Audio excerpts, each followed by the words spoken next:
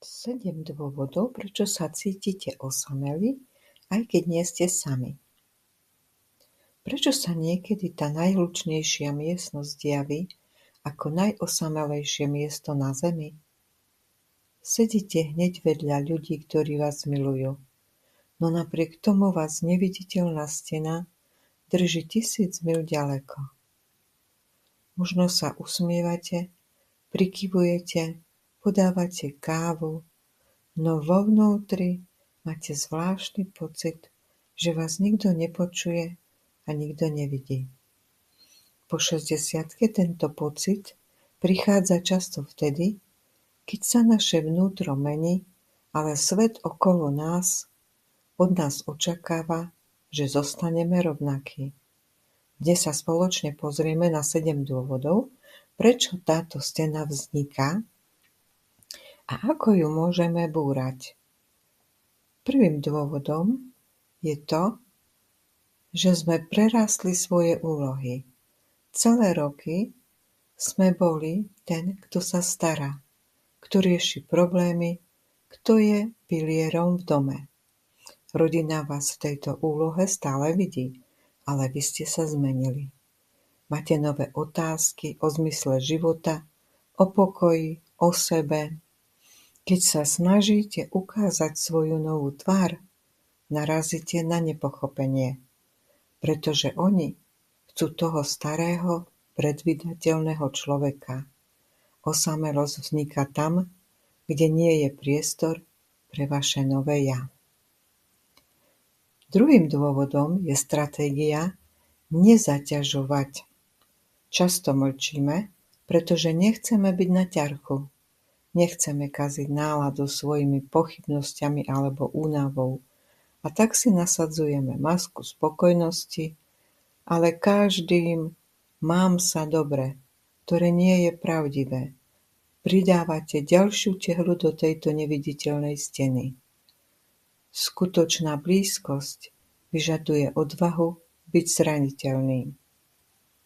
Tretím dôvodom sú rozhovory, ktoré sa klžú len na povrchu.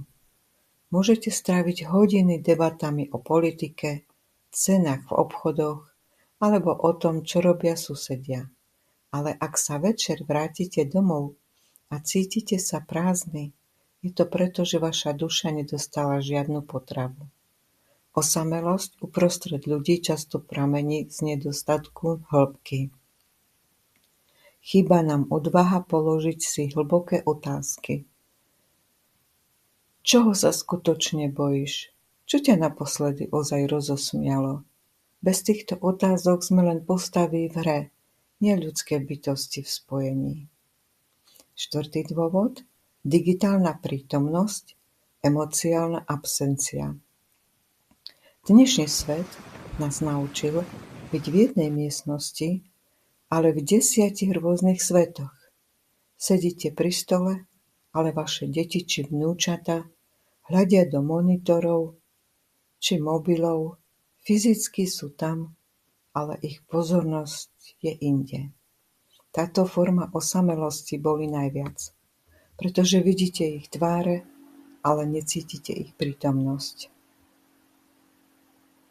Ďalším dôvodom je odlišné životné tempo. Svet po 60-ke sa často prirodzene spomalí. Začínate si všímať detaily, ticho a pokoj. Okolo vás však stále víri búrka povinnosti, stresu a naháňania sa za niečím, čo vy už dávno nepovažujete za dôležité. A v tomto tempe sa vytvára priepasť. Cítite sa osamelí, pretože vy už kráčate iným lesom, hoci ste na rovnakej ceste ako ostatní. 6. dôvodom je strach z vlastnej pravdy. Niekedy sme osamelí medzi druhými preto, lebo sa bojíme, že ak by sme povedali, čo si naozaj myslíme, ostali by sme úplne sami. Bojíme sa, že naše nové hodnoty, tá túžba po slobode a živote bez vysvetľovania budú odsúdené ako sebectvo. A tak radšej mlčíme a v tom tichu si budujeme vlastné väzenie, kde sme síce v bezpečí, ale nekonečne osameli.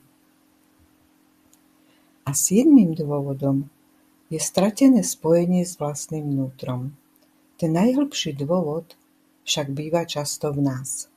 Ak nevieme byť sami so sebou, ak nie sme svojim vlastným najlepším priateľom, žiadny dav nás nezachráni. Hľadáme u druhých potvrdenie našej hodnoty, ale oni nám ho nemôžu dať, ak ho necítime v sebe. Osamelosť medzi ľuďmi je niekedy len ozvenou toho, že sme sa niekde po ceste stratili sami sebe. Prečo po 60-ke nepotrebujete ľudí tak, ako kedysi? A je to v poriadku? Možno vás prekvapím. Toto nie je problém. To je znak, že robíte niečo správne. Ale väčšina ľudí to nikdy nepochopí. A presne preto o tom teraz hovorím. Ste medzi ľuďmi a aj tak máte pocit odstupu. Nie smutok, nie bolesť, len ticho. A zvláštne je, že vám to ticho neprekáža tak ako kedysi. A viete prečo? Pretože sa niečo zásadné zmenilo. A nebol to svet okolo vás. Boli ste to vy. A tu je vec, ktorú si málo kto uvedomí.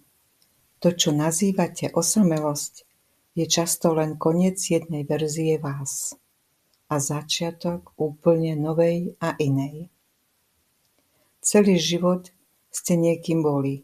Silný, zodpovedný, potrebný, ale teraz už nemusíte nič dokazovať. A to je pre okolie zvláštne. Pretože oni stále čakajú, že budete ten starý človek, ale vy už ním nie ste. A preto vzniká odstup.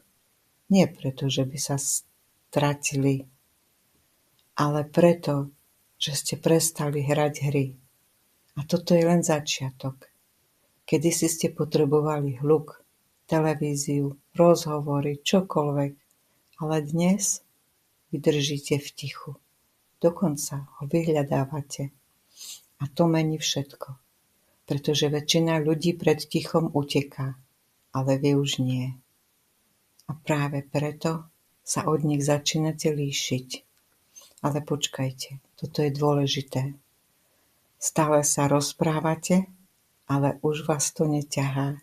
Tie isté témy, tie isté slova.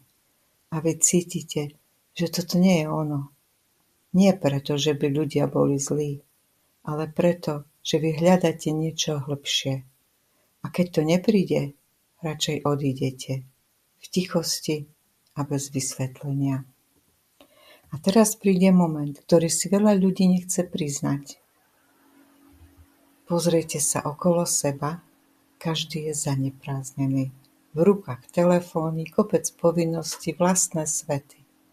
Kedysi by vás to bolelo, ale dnes to len vnímate bez potreby to meniť. A to je obrovská zmena, pretože už nečakáte, že vás niekto naplní. A tu prichádza bod zlomu. Vy ste spomalili, ale svet zrýchlil. A tie dva svety už nejdú úplne dokopy. Preto sa niekedy cítite mimo, ale nestratený. Len úplne inde. Tam, kde je to miesto, ktoré obľubujete. Pokoj a kľud. A teraz najväčšia zmena zo všetkých. Toto je kľúčové. Kedy si záležalo na tom, čo si myslia ostatní. Dnes už nie. A keď prestanete hľadať súhlas, stratíte aj potrebu byť neustále medzi ľuďmi. A to môže vyzerať ako osamelosť. Ale nie je. Je to sloboda. Toto sa nedá predstierať. Buď to cítite, alebo nie. Ten pokoj, to ticho, ten pocit, že vám nič zásadné nechýba. Keď ho raz nájdete, ľudia sa stanú doplnkom. nie potrebou, a vtedy sa všetko zmení. Takže nie, necítite sa sami preto, že ste niečo stratili. Cítite sa sami preto, že už nepotrebujete to, čo ste kedysi potrebovali. A to je obrovský rozdiel. Takže na budúce, keď budete sedieť v tichu a pocítite ten zvláštny odstup, nezľaknite sa. To nie je osamelosť. To je pokoj, na ktorý väčšina ľudí nikdy nedosiahne. Ak máte svoje myšlienky a názory k tomuto videu, budem veľmi rada, ak mi do komentárov napíšete